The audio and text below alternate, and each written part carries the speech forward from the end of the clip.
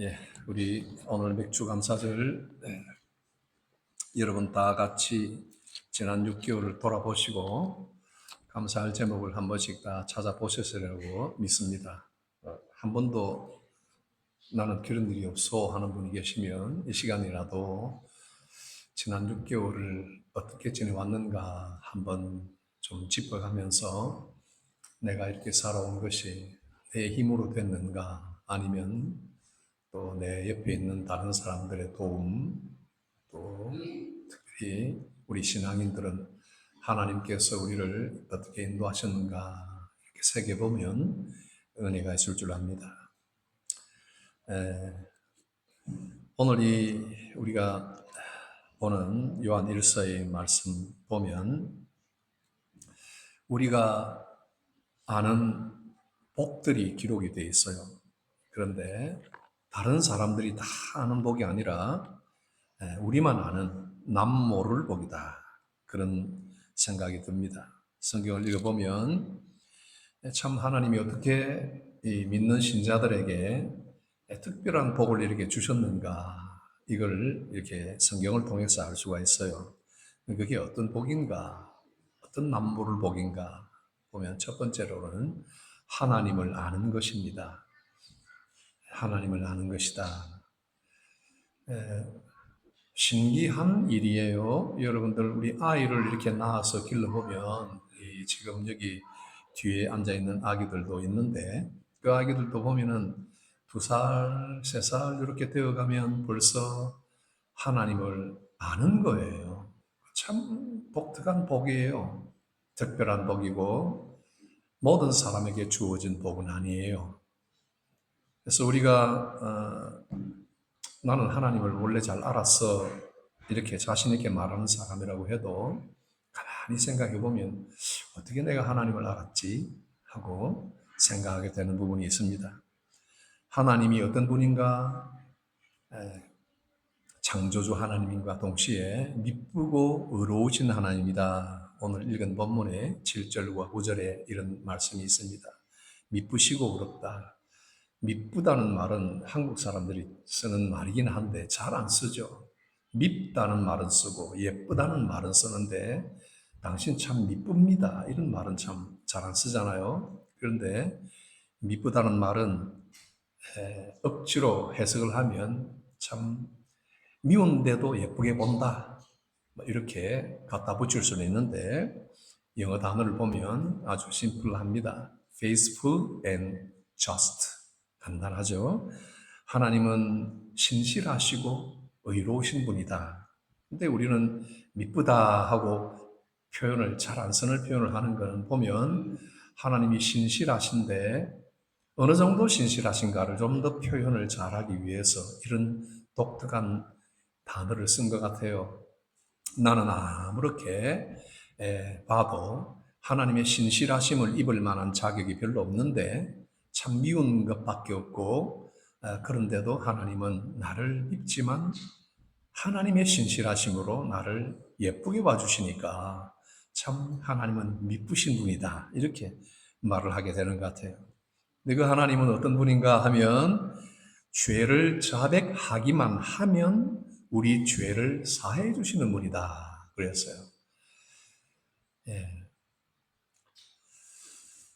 저는 이 죄를 생각하면 우리가 어떻게 할 수 없는 것들이라고 생각이 들어요. 여러분들이 살면서 경험하지만 최근에 여름 되면 여러분들이 들판에 나가든지 또 집에서든지 이상하게 이 벌레에게 잘 물려요. 또 체질적으로 벌레에 물릴 때 반응을 좀 많이 하는 체질이면은 그냥 다른 사람은 한번 꼭 물려서 그냥 걸쩍걸쩍하고 지나가는데 진짜 안티히스타민을 먹어야 되고 발라야 되고 일주일 동안 어떨 때는 덧나서 항생제를 먹어야 되고 이런 경우들도 있어요. 근데 가만히 생각해 보면요. 벌레가 탁 물 때는 지난 토요일도 그런 일이 있었어요. 제 발에 탁 물 때는 아차하는 순간에 조그마한 점이 그냥 볼펜으로 그냥 톡 찍어놓은 조그마한 점이 남아있어요. 아차하는 순간에요. 그게 주일 지나고 월요일되고 사흘 지나면서 이게 그냥 벌겋게 돼서 온 팔이 염증 반응을 일으켰어요. 그래서 항생제를 5일 동안에 계속 먹어야만 했어요. 그러지 않고는 이 팔 전체가 열이 펄펄 나고 가렵고 쓰리고 아파서 견딜 수가 없었어요. 근데 생각해보면 공중에 날아다니는 이 조그마한 미찌라고 해도 좋겠고요. 목이라고 해도 좋겠고요. 이런 알지도 못하는 놈이 와서 살짝 앉았다가 앞차는 순간에 흔적도 없이 날아가 버렸는데 내 몸에는 이것이 남아있단 말이죠. 이것 가지고도 한 주를 씨름을 해야 돼요. 그리고 운동을 좋아하지만 월요일, 화요일은 운동을 하지도 못했어요. 이 정도로 데미지를 입는데 우리가 살면서 영적으로 범하는 이런 도전, 이런 사탄의 어떤 우리에게 당하는 어떤 공격, 이런 것에 의해서 사소한 것에 거짓말을 하고 그냥 소홀히 여기고 누군가를 미워하고 입으로 범죄하고 생각으로 범죄하고 하는 이런 죄들을 어떻게 이걸 다루면서 깨끗하게 우리를 정리하며 살아야 될 것인가 때는 이건 정말 우주를 바꾸는 무슨 일이 없이는 이건 어떻게 해결이 안 되는 문제들이에요. 그러나 성경은 너무나 간단하게 우리가 아는 하나님 앞에 죄를 자백하기만 하면 저는 우리 죄를 사해 주신다. 그럴 뿐만 아니라 우리를 모든 불의에서 다 건져 주신다.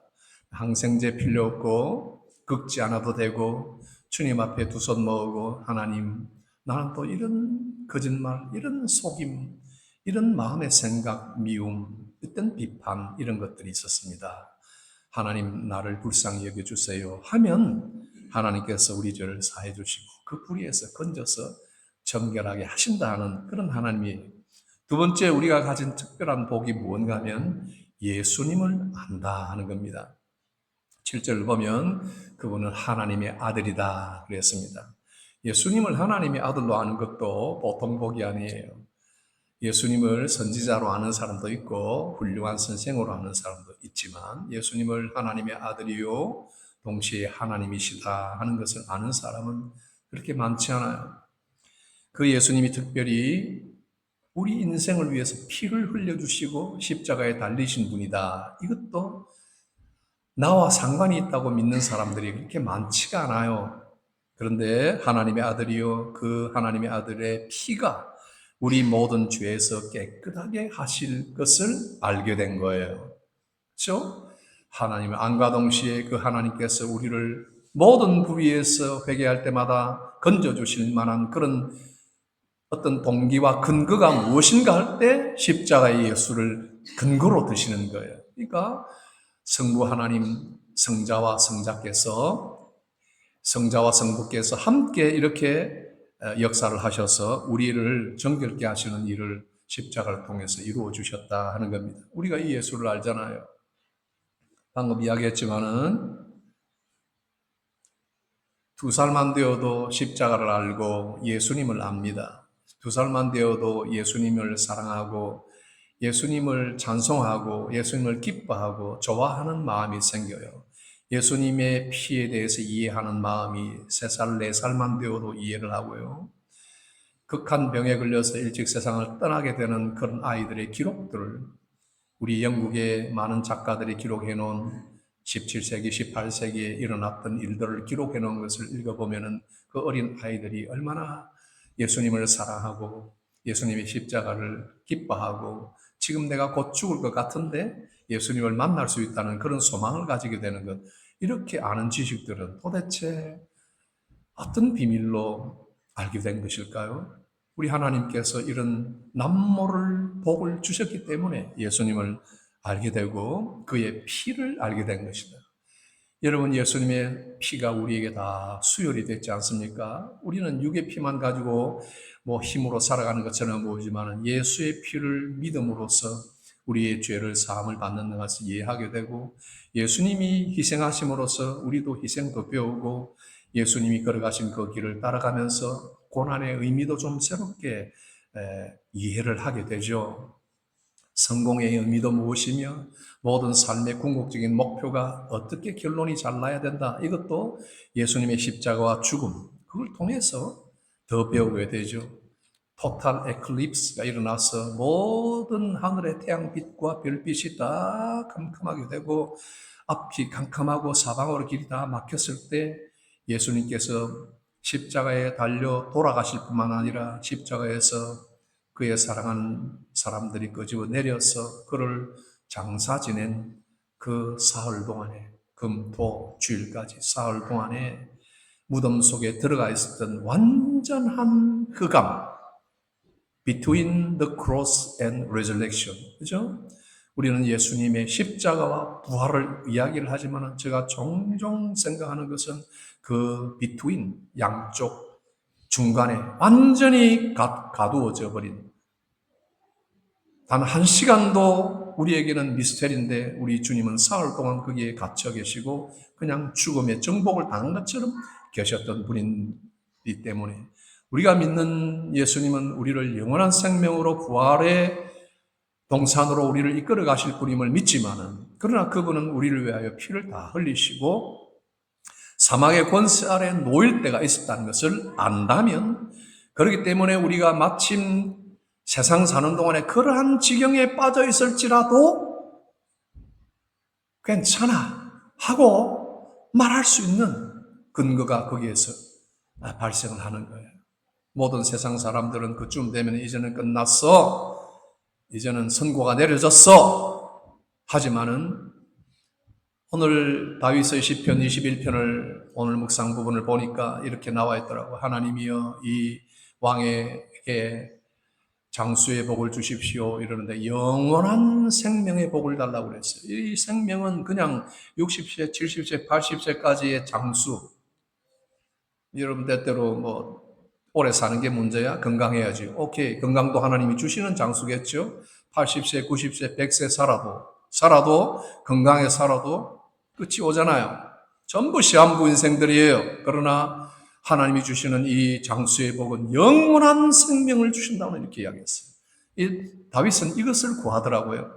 영원한 장수, 복도 지극한 지존의 복, 지극한 복을 구하는데 영원한 복을 구하더라고요. 그렇죠? 이 세상에서 왕으로서 받은 복이 뭐겠어요? 여러분들이 지금도 추구하고자 하는 어떤 경제적인 어떤 한도, 어떤 최고봉, 어떤 세상적인 어떤 자리의 최고봉을 향해서 달려갈지 모르겠지만 출세와 성공의 길을 향해서 달려갈지 모르겠지만 다윗은 그 모든 부와 권력의 최정상에 있었던 사람으로서 그는 하나님 앞에 겸비하여 하나님의 도우심을 여전히 구했고 하나님이 내게 주시는 생명을 여전히 구했고 그에게 닥쳐오는 모든 시련과 대적들에 대하여 하나님의 개입을 여전히 구했던 그런 겸비한 마음으로 제가 볼 때는 왕이라도 우리는 왕이라면 다 될 것 같은데 그죠?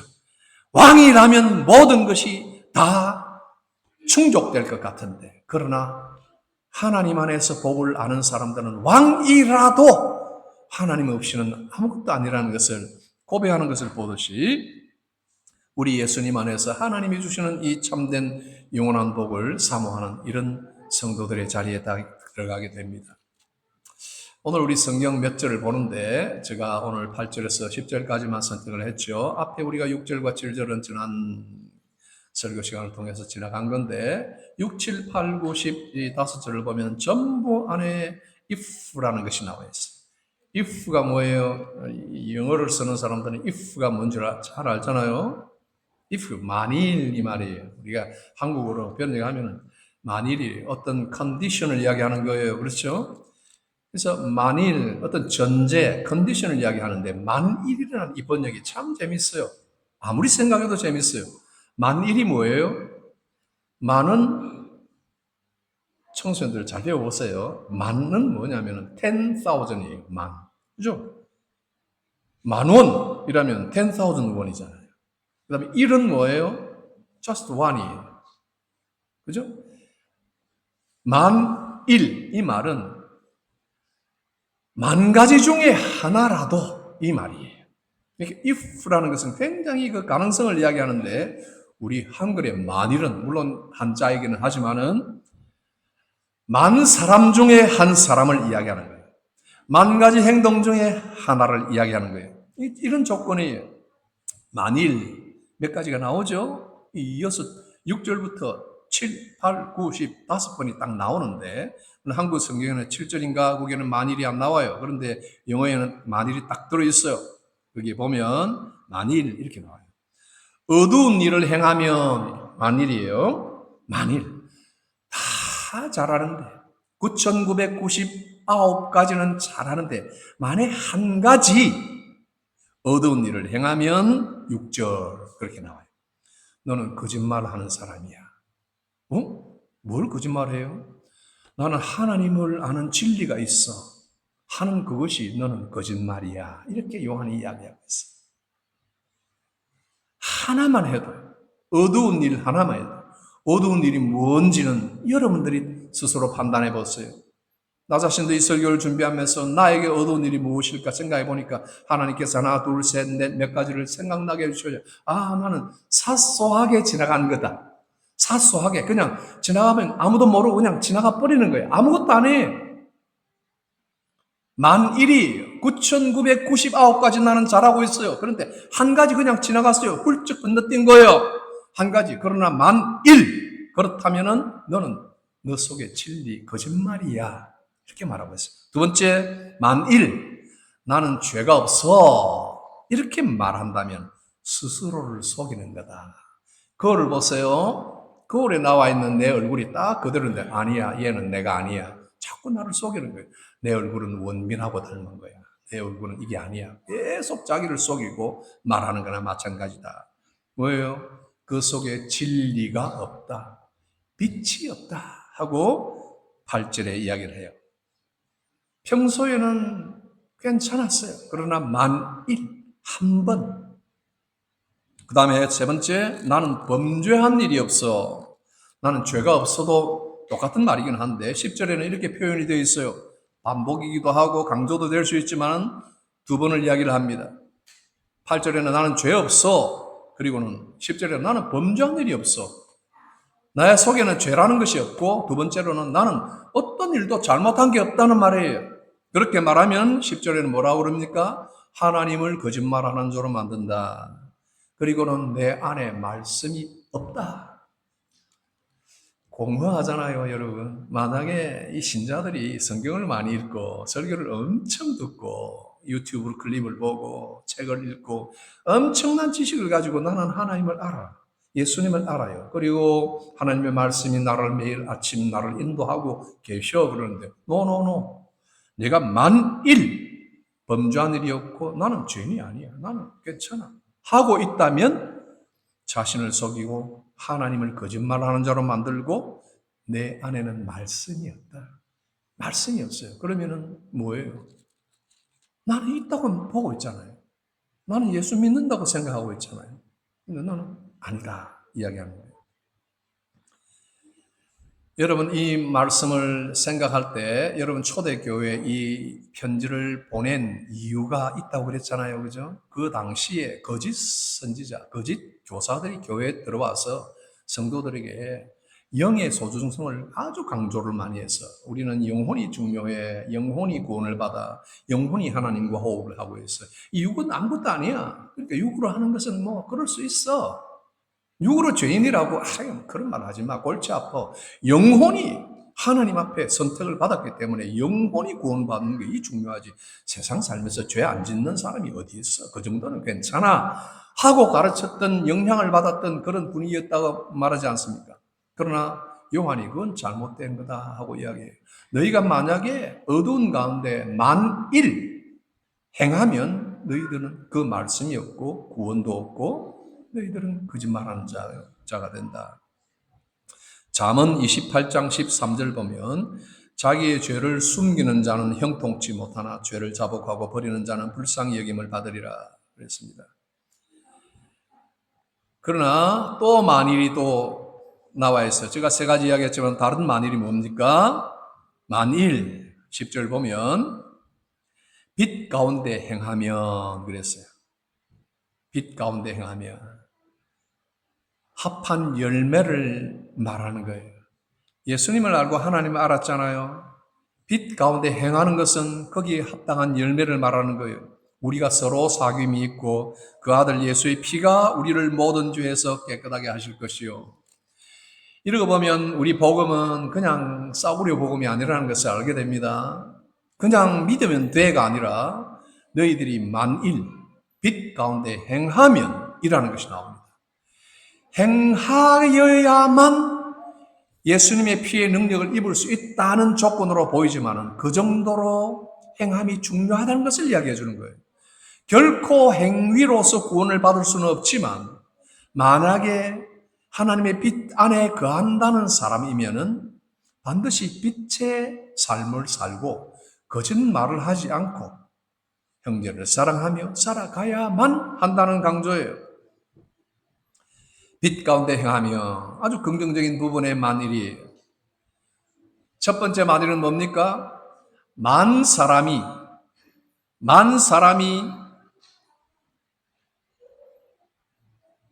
하나님을 잘 믿고 가지만은 만 사람이 하나님을 잘 믿고 하나님 말씀대로 살지만은 당신 한 사람만큼 그런 사람에서 제외되지 않기를 바란다.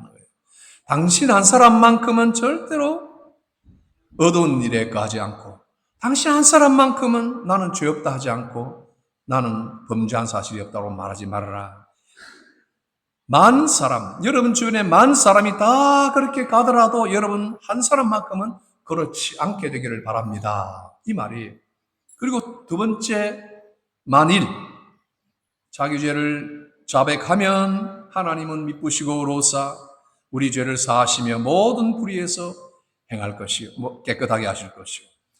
만일 빛 가운데 행하면 회개할 뿐만 아니라 합당한 열매를 맺게 되면은 하나님께서 그들에게 은혜를 베푸시고 깨끗하게 하신다. 마태복음 3장 8절을 보면은 회개에 합당한 열매를 맺으라 하는 말씀이 나와요. 요한이 바리새인들을 보면서 요한이 세례를 이렇게 베풀 때, 요한이 세례를 베풀 때 바리새인과 사두개인들이 아주 어떻게 보면은 거드름을 피우면서 왔을 것 같아요. 우리는 성경을 잘 알고 하나님을 잘 알기 때문에 우리는 뭐 하는가 보자 하고 구경하러 왔는지 모르겠어요. 그때 세례 요한이 이 독사의 자식들아 하고 쌍욕을 하죠. 이 쌍욕이죠, 뭐예요? 독사의 자식들아. 그렇게 말하면서 임박한 진노를 피하라고 누가 그러느냐? 누가 피할 수 있다고 말하느냐? 하면서 회개에 합당한 열매를 맺고 나와라. 이렇게 이야기를 해요. 회개가 있으면 돌이킴이 있어야 돼요. 대강 믿고 대강 사는 것이 아니라 회개하면 열매를 꼭 맺어야 되고 돌이킴이 있어야 돼요. 10번 회개하고 계속 원래 상태로 돌아가면 그건 회개가 아니에요.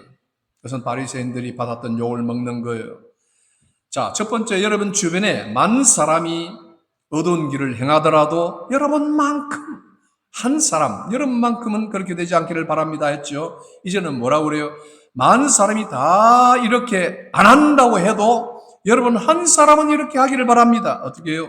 죄를 자백하고 빛 가운데 행하라. 다른 사람 보지 말고요.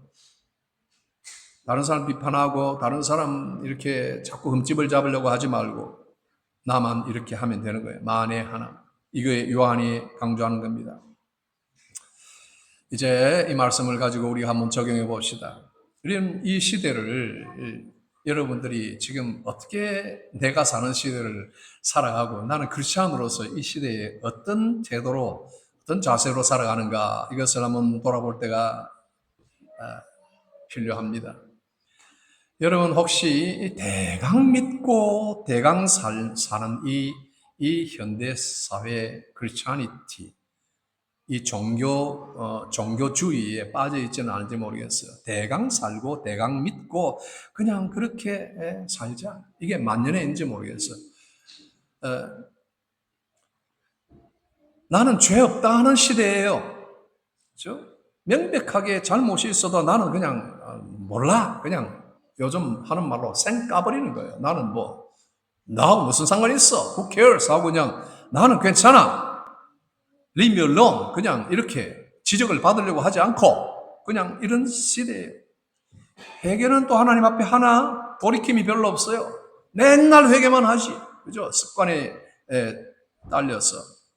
지금이 회개할 때다. 지금이 기도할 때다. 가정마다 하나님께서 이런 폭탄을 하나씩 딱 두시고 긴장하게 만드시고 사업터마다 하나님께서 폭탄을 하나씩 딱 두시고 너희들 긴장해야 돼. 너희들 바짝 긴장하고 하나님께 붙들림을 받아야 돼.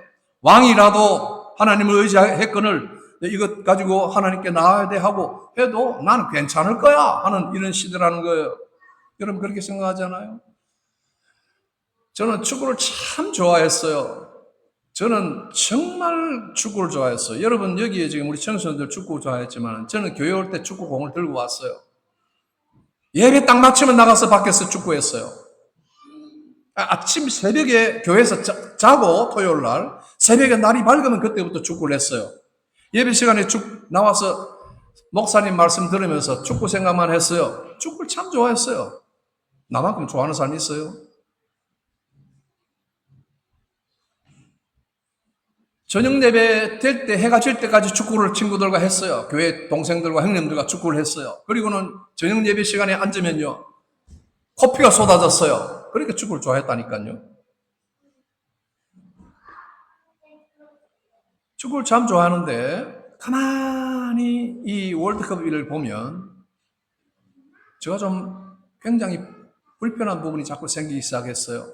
어느 순간에 축구를 하나를 예를 들자 하면 거기에 있는 관중들의 표정을 보면요. 이건 정말 종교도 그런 종교가 없어요. 그 속에 그렇게 확실한 희열이 그 이상 없어요. 골을 넣고 우리 팀이 승리할 때 입을 벌리는 그 사람들의 그 입이 찢어지라 벌리며 환호하고 소리치고 춤추는 그 광경을 보면 그런 기쁨과 희열은 이 세상에 별로 없어요. 예? 사람들이 표현할 수 있는 모든 것이 거기에 다 나와요. 만약에 우리 팀이 지고 하면 눈물 흘리고 실망하고 낙심하고 좌절하고 원망하고 누구 때문이야 하고 이런 것 있잖아요. 그렇죠? 우리의 모든 희비에 대한 모든 진실된 감정이 사람들의 감정이 다 드러나요. 거짓말이 아니에요. 진실된 감정들이 표출이 다 돼요. 인간의 진심이 거기에 표현이 다 되는 거예요. 그렇게 몰려있는 쏠려있는 곳이 있나요? 윈블던 테니스하고는 비교가 안 돼요. 여러분 가만히 보면은 지구 한편에는 지금 전쟁이 계속되고 있죠. 지구 한편에는 베네수엘라에는 지진이 일어났죠. 통계를 보니까 1943명 7월 5일자 최근에 가장 공신력 있는 코페르니쿠스 EU에서 발표한 통계를 보면 1943명이 사망했어요. 부상은 10,000명이 넘었어요. 그러나 또 다른 통계들에 의하면 다른 사람들의 추정에 의하면 1,000몇백 명 아니에요. 10,000명 이상이 아니야. 10만 명에 이를 거야 하는 이런 재난이 한쪽 구석에 일어나 있어요. 그 규모나 진앙지나 인구 밀도나 취약한 건물 상태나 구조의 어려움이나 산악지대, 도로 붕괴 이런 걸 다 종합하니까 이건 피해가 막중하다 이렇게 보고 있어요. 미국의 지질조사과에서 그렇게 보고 있어요. 여러분 이런 환경 속에 한쪽에서는 이렇게 마음껏 자기 감정을 표현하고 있다. 나는 세상이 원하는 정의와 진실과 기쁨과 행복과 피하고 싶은 슬픔과 불쾌감 이런 것들이 전부 표출되는 이 자리를 보면서 이 사람들의 이 근본적인 이 감정들이 하나님 앞에서 토해내어져야 할 감정들이다. 그렇잖아요? 이 모든 진심들은 하나님 앞에 바쳐져야 할 찬송 속에서 나타나야 되고 하나님 앞에서 보여줘야 할 우리의 회개 속에서 나타나야 할 슬픔이고 이런 것들이에요. 사실은. 우리 속에 그런 것들은 점점 다 약화되어 버리고 어떤 한 구석에서 모든 세상의 소요는 다 그만두고 그 속에 갇혀서 이렇게 부분적인 삶을 사는 거다. 이 한 가지를 제가 예를 든 것뿐이에요. 여러분들 우리 인간의 삶 속에서 이렇게 우리의 마음을 송두리째 완전히 장악하고 있는 부분이 우리 안에 어떤 부분이 있다면 하나님 외에 그것이 있다면 우리는 하나님께서 그 어느 한 곳을 그대로 가만두실지 저는 그것을 의문이에요. 하나님이 이것을 기뻐하지 않을 것이라는 생각을 나는 가지고 있어요. 하나님이 우리 인간들로 창조하신 목적대로 하나님 앞으로 돌아와서 그 앞에서 하나님을 마음껏 찬송하고 그 이름을 높이고 그럼으로써 오는 만족감을 얻도록 하실 것을 하나님께서는 원하실 거예요. 하나님이 그렇게 하시기에는 굉장히 간단하게 하실 수 있는 방법이 있을 거예요.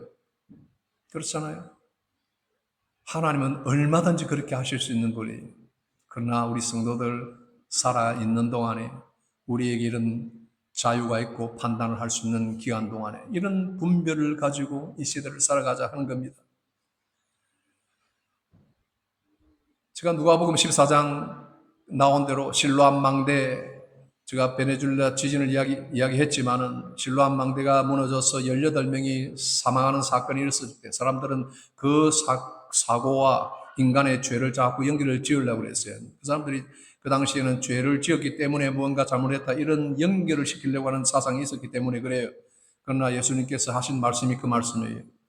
너희들도 만일 회개치 아니하면 그와 같이 망하리라 이렇게 이야기하셨어요. 그러니까 거기에 뭐 지금 당장 우리가 어떻게 구조의 손길을 베풀 수도 없고 당장 어떤 원인을 다 분석할 수는 없지만은 우리가 그런 사건을 보고 세상의 어떤 불행한 사건들을 볼 때 하나님 앞에서 우리를 돌아보고 자기 자신에게 필요한 겸비하는 생활을 해야 된다 하는 겁니다. 미쁘시고 의로우신 우리 하나님께서 오늘 말씀을 통해서 여러분들을 다 만나주시길 바랍니다. 그저 안이한 신앙생활에서 벗어나서 9,999명이 가는 길을 가지 말고 단 한 명이라도 가는 길, 그 길을 여러분이 찾아가시길 바랍니다.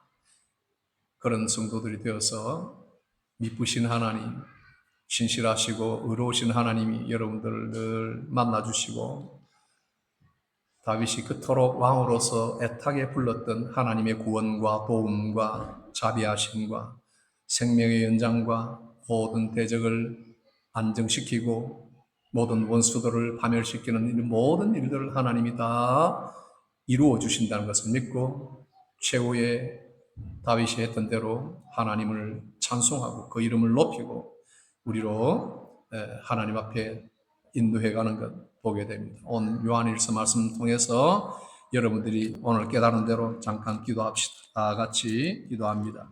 우리가 받은 특별한 남모를 복을 한 번 더 새기면서 성찬에 들어가도록 하십시다.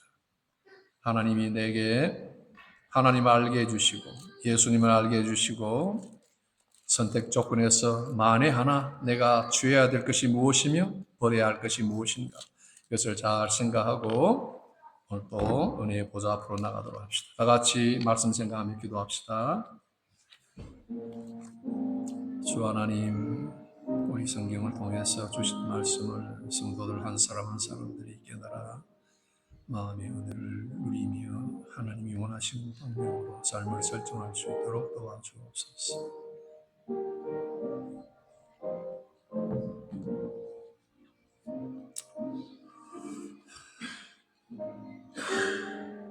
긴장이 사라진 우리 삶 속에 하나님이 긴장을 주시고 우리 하나님께서 촉구하시고 불러가시는 모든 길들을 귀담아 듣고 민감하고 예민하게 반응하며 우리 주님을 더욱 바라보고 이 세상 사는 동안에 하나님을 기쁘시게 하는 우리들 될 수 있도록 도와주옵소서.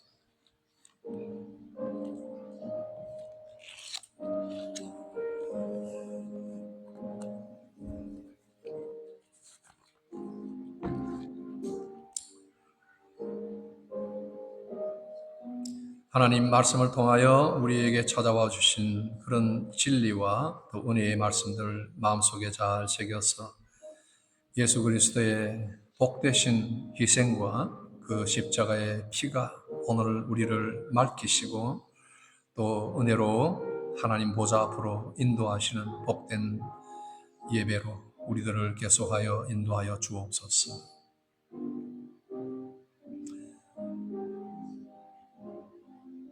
이 시간 성찬을 거행하려고 합니다. 하나님께서 예수님을 통하여 정해주신 이 복된 예식에 참여하는 성도들을 한 사람 한 사람을 만나주시고 하나님의 은혜로 충만하게 채워주옵소서. 예수님 이름으로 기도합니다. 아멘.